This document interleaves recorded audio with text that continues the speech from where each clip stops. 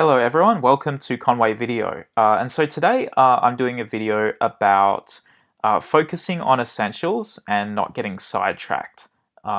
This is a topic very near and dear to my heart because this is something that I've come back to again and again in my career to date, and that I keep coming back to, and maybe you do as well. It's something, just a great thing that I can remind myself, and that is to really focus on essentials. And also be ready to switch that focus sometimes, because just being focused doesn't mean you stay in the same place doing the same thing. Focus can also move and drift and sway and go here and go there. So focus isn't this static sort of thing that you just sit there in this sort of trance. Focus can be very much you're moving and you're changing.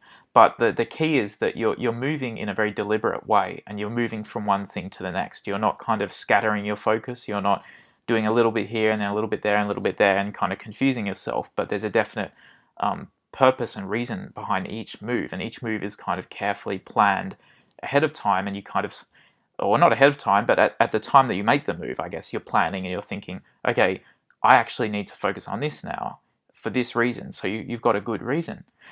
And I guess that's a good way to get into the topic, which is having a reason for doing things. Like, I think a big part of knowing what you're doing is knowing why you're doing it. And it can seem really obvious and trite, but I think it's just very easy to forget about why, and to get into sort of the rhythm of work and be sort of doing the going through the paces of work and not really thinking, okay, why am I doing this?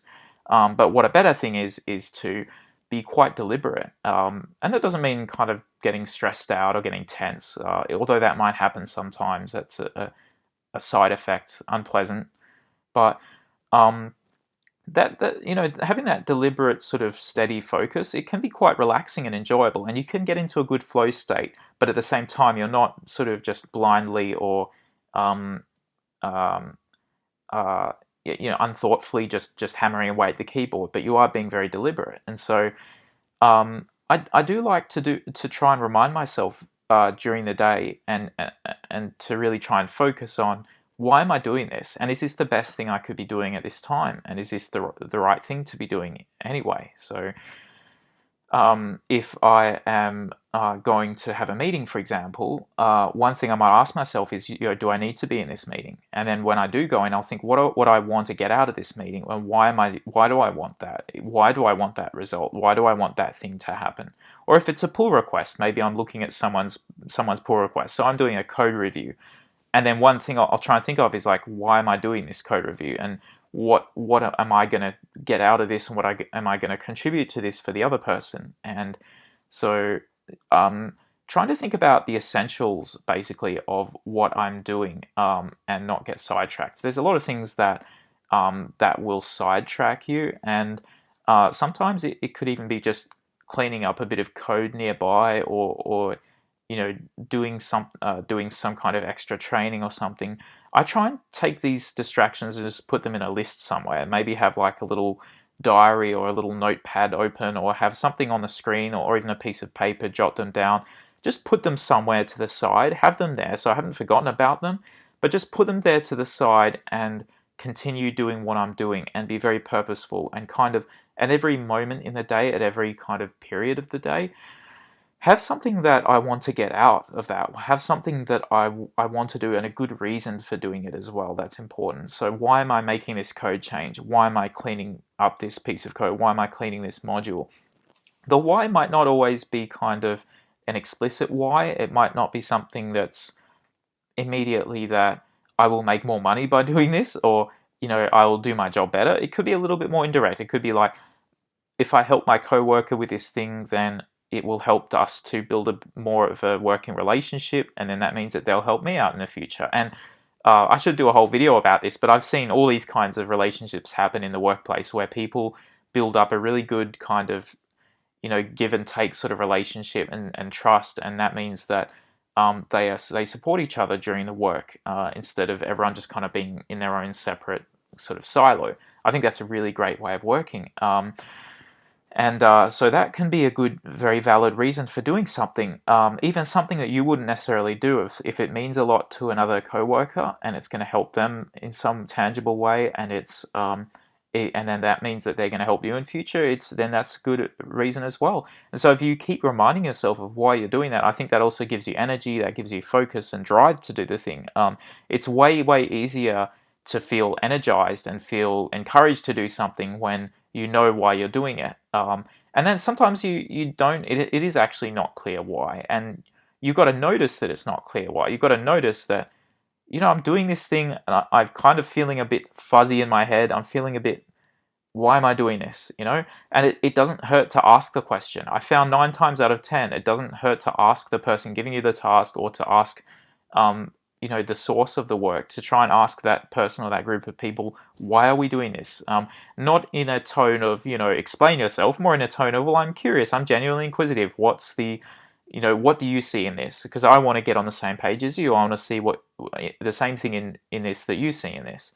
And then when you get that why, that's a really great thing. That gives you something to go off. You've got something very solid and concrete to go off, more than, oh, well, I suppose this is kind of on the list of tasks to do, and this is kind of one of the things that maybe I should be doing, but I don't know. And it's like, you really want to get rid of that uncertainty as quickly as possible. I think there's almost never any, I'd even say never. There's just flat out never any benefit to feeling confused or disoriented or not quite knowing what's what. I just can't think of a reason why that's a good thing. You always want to be on the ball. You always want to know why. And especially if it's just a small, quick question you can ask someone, or maybe if they're not around, you can send them an email and wait for them to get back. But whatever it is, there's very little to be lost in just asking that question of why. And then once you've got that why, that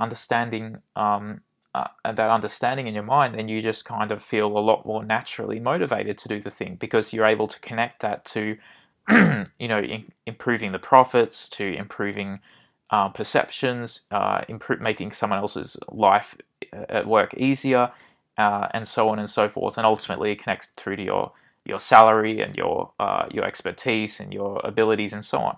And then that's another thing as well, which is, I think that once you've got into the habit of understanding what you're doing at any time of the day and why you're doing it, you can start to learn things, I find, because I start to learn things in a broader scale. So if we are, for example, making this change to the code because we think that that's going to increase the number of customers who convert, right? Who buy something off the site. If that's the case, then I can actually go a bit further and extrapolate from that and say, well, there must be other things similar to that which would also increase the conversion rates. And so I think that's a really rich learning opportunity. You kind of take that extra step in thought, beyond just, well, this concrete task is going to have this concrete effect, but you think, okay, this concrete task is similar to this other task, which is they are in the same category. So this other kind of work could also have a similar benefit. And then you can start to prepare in your mind, and even prepare with the code or whatever you're working with. You can start to prepare and think, okay, if we're going to do potentially have a lot of these kinds of changes, how can I set myself up so that I can make these changes easily and test them easily? What are some ways that I can really gear myself and orient myself to doing those kinds of tasks? If making some part of the site faster is going to increase the profits and the revenue, how can I find other similar parts of the site and make them faster? How can I find similar tactics that I use to make this part of the site faster, and use them to make this other part of the site faster as well? So you can see that knowing why you're doing something, it's way more important than just motivating yourself. It's also can be a pathway to getting better at the job and to developing efficiencies and capabilities that you might not have otherwise thought to develop. And those things will make you better at the job, faster at the job. It'll make the job easier, more pleasant, and so on. And those are really good benefits. So I guess to summarize, it's good to focus on essentials and to focus on the essential kind of thing that you need to do. And anything else, just sort of put it off to the side in some notes somewhere or a to-do list somewhere, and you'll come back to it eventually. And I find I usually end up coming back to those things, and some of them I don't even end up doing because they don't really matter, and others I do actually end up doing pretty quickly and easily. But you can put those things aside and really, at every sort of moment, try to be sort of focused, but be ready for that focus to shift and change as you learn more about the task, and maybe it's not a good task, or maybe it is good, but you need to change it and do something different, and then something different again.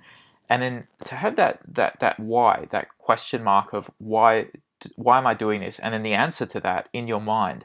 Once you know why you're doing that, then that's really adds fuel to the fire. It adds motivation, and it also gives you ideas for like other things that you can do that would have a similar positive effect and benefit. And I think that's also it's good to have those other ideas as well.